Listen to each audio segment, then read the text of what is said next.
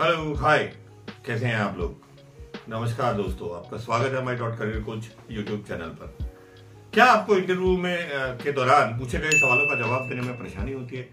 क्या आपको लगता है कि एचआर कुछ ऐसे सवाल पूछ लेगा जिनका जवाब देना बहुत मुश्किल हो जाएगा? तो मैं आज आपको बताने वाला हूँ कुछ ऐसे टिप्स जिससे आपका सिलेक्शन 100% पक्का, आप चाहे किसी भी फील्ड में हो, क्योंकि ये कॉमन सवाल ऐसे हैं जो आजकल के एचआर और जो बहुत सारे रिसर्च करते हैं वो पूछते हैं, और आपको इनके जवाब अगर आप पहले से तैयार करके जाएंगे, मेरे बताने के बाद आपको पता चल जाएंगे कि सही जवाब हैं क्या। तो जल्दी से अपना दिमाग ऑन कर लें और या फिर कॉपी पेन ले लें या टैब ले लें। आइए मैं आपको बताता हूँ कि ट्रिकी सवाल और इनके ट्रिकी जवाब, जिससे आपका सिलेक्शन 100% पक्का होने वाला है। वीडियो को लास्ट तक जरूर देखिए, क्योंकि लास्ट में मैं एक और हैक बताने वाला हूँ इन सवालों के अलावा, जिससे आपका सिलेक्शन जो है वो अगर 90% तक भी हमने इन सवालों से कर लिया तो 10% और मजबूत हो जाने वाला है, क्योंकि इनकी तैयारी आप उसी के थ्रू करके जाने वाले हो।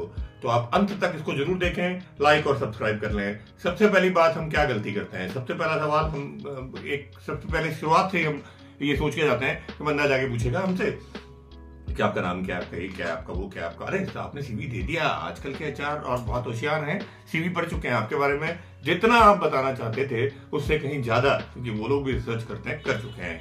पहला सवाल, और जो गलत हो सकता है मैं बोल रहा हूँ, इसके अलावा सवाल हो सकते हैं, लेकिन ये 5 सवाल तो 100% पूछे जाते हैं और हम लोगों में से ज्यादातर लोग उसका गलत जवाब देते हैं। पहला सवाल, आपकी सबसे बड़ी कमजोरी क्या है? हम क्या बोल देते हैं? हम बोल देते हैं, गलती करते हैं, मैं बहुत इमोशनल हूँ, मैं परफेक्शनिस्ट हूँ, बस हर काम चाहे टाइम लग जाए, घिसी पिटी लाइन इसी तरह की बोलते हैं। जबकि सही जवाब कॉन्फिडेंस से क्या बनता है? अपनी कमजोरी बताएं, लेकिन आपने उसको रिकवर कैसे किया है ये भी बताएं, उसको सुधारने के लिए क्या कर रहे हो ये भी बताएं।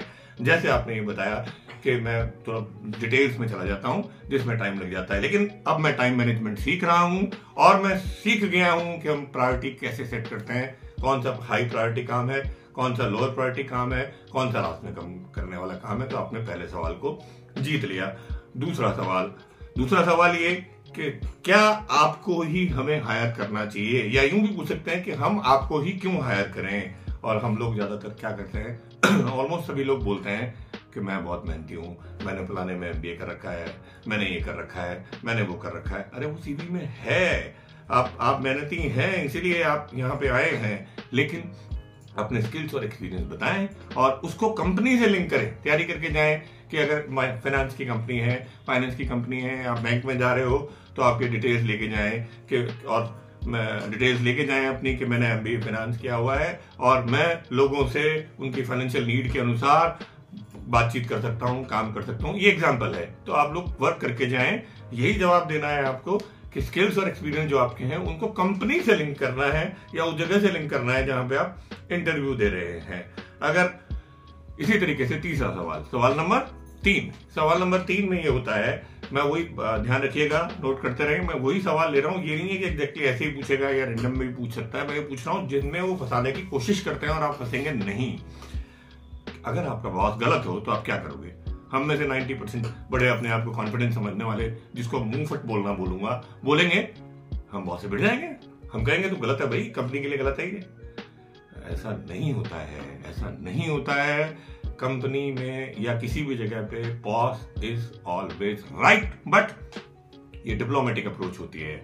आपको बोलना होता है boss is always right, but मुझे लग रहा है कि कोई गलती हो रही है, तो मैं पहले उस पर रिसर्च करूंगा, फैक्ट्स के साथ एक फाइल बनाऊंगा, फैक्ट्स के साथ अपनी बात रखूंगा विनम्रता के साथ बॉस के सामने, और मैं उसको अपने निर्णय के मुताबिक उससे डिसीजन करवा पाऊंगा। आप उससे डिसीजन करवा सकते हैं, आप उसके डिसीजन को बदल नहीं सकते, आप उसके डिसीजन को काट नहीं सकते। ऐसी अगर आप बात कर देंगे कि मैं तो बॉस को कहूंगा गलत है, भले ही आप सही हो बात करने वाले, लेकिन बॉस अभी सोचेगा अरे भैया ये तो मेरा बाप बन रहा है, अभी से आ रहा है, और आप इंटरव्यू में फेल हो जाएंगे। तो ध्यान रखिएगा आपको क्या बोलना है, आपको डिप्लोमेट बनना है, आपको यही बोलना है कि मुझे लगेगा कोई गलती हो रही है तो मैं फैक्ट के साथ बॉस को समझाने की, बॉस को बताने की, नॉट समझाने। You are not as much experience as bosses. एक और सवाल नंबर 4। सवाल ये कि 5 साल बाद, 10 साल बाद, 4 साल बाद, कुछ भी बोलेगा वो, कि आप अपने आप को कहां देखते हैं। हम क्या बोलते हैं, अरे 5 साल बाद मैंने अपनी खुद की कंपनी खोलनी है, 5 साल बाद मैंने इस कंपनी का CEO बनना है या किसी और कंपनी का CEO बनना है। अरे भैया आप टेस्ट मैच खेलने आए हैं क्या, प्रैक्टिस करने आए हैं क्या? आप वो आपको ग्राउंड दे रहा है क्या प्रैक्टिस करने के लिए? कंपनी वाला नहीं दे रहा ना, वो आपको अपनी कंपनी के अनुसार डालना चाह रहा है, तो आपको बोलना क्या चाहिए? आपको बोलना चाहिए कि मैं अपनी करियर ग्रोथ के साथ 5 साल में अपने आप को मैं अपनी करियर ग्रोथ के साथ, कंपनी की करियर ग्रोथ के साथ, जैसे कंपनी का टर्नओवर आज 30,000 करोड़ है, तो मैं 5 साल बाद कंपनी का टर्नओवर 1 लाख करोड़ देखता हूं मेरे साथ साथ, और मैं अपने आप को एक अच्छी ग्रोथ पोजीशन में देखता हूं। कंपनी के साथ अपनी करियर ग्रोथ को जोड़ें। जैसे मैं इतने साल बाद कंपनी में अपनी एक अनुभवी और जिम्मेदारी पोस्ट के रूप में पोस्ट देखता हूं, जिससे मेरा और मेरी कंपनी की ग्रोथ में योगदान हो सके। सवाल नंबर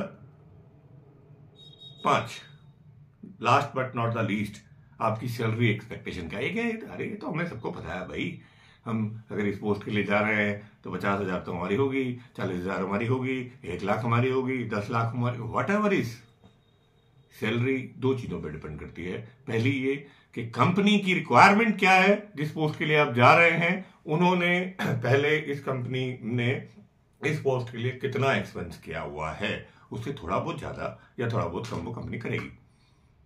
तो आप रिसर्च करके जाएं, देख के जाएं कि कंपनी कितना पैसा पे करती है इस पोस्ट के लिए, और फिर अपनी बात रखें कि मैं 100% अपना आउटपुट दूंगा, मैंने ये दिया है। दूंगा से काम नहीं चलता है, क्योंकि आपके लिए रिस्क कोई नहीं लेगा। आपने जो एक्सपीरियंस आपका बोलता है वो आप बताएं कि मैंने इस तरह से दिया है, और उसके आसपास अप्रोच करें। यहां पे आपकी बार्गेन पावर चल सकती है 5 या 10%, लेकिन ऐसा नहीं कि कंपनी ने सोच रखा है 40,000 रुपए हमें इस जॉब के लिए देने हैं और आप 1 लाख मांगेंगे, और आप सोच रहे हैं मैं तो सोना हूं भाई 1 लाख में ही बिकूंगा, तो आप अपना समय बर्बाद कर रहे हैं, आप गलत जगह पे जा रहे हैं। आप किसी और कंपनी में इंटरव्यू दीजिए। तो ये कंपनी 40,000 रुपए देती है, 40 से 50 पे जा सकती है, अगर उनको आप ये समझा पाने में सफल हुए कि आप गोल्ड नहीं, आप डायमंड है।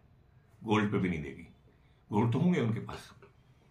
मुझे उम्मीद है कि आप ये 5 के हैक समझ गए होंगे।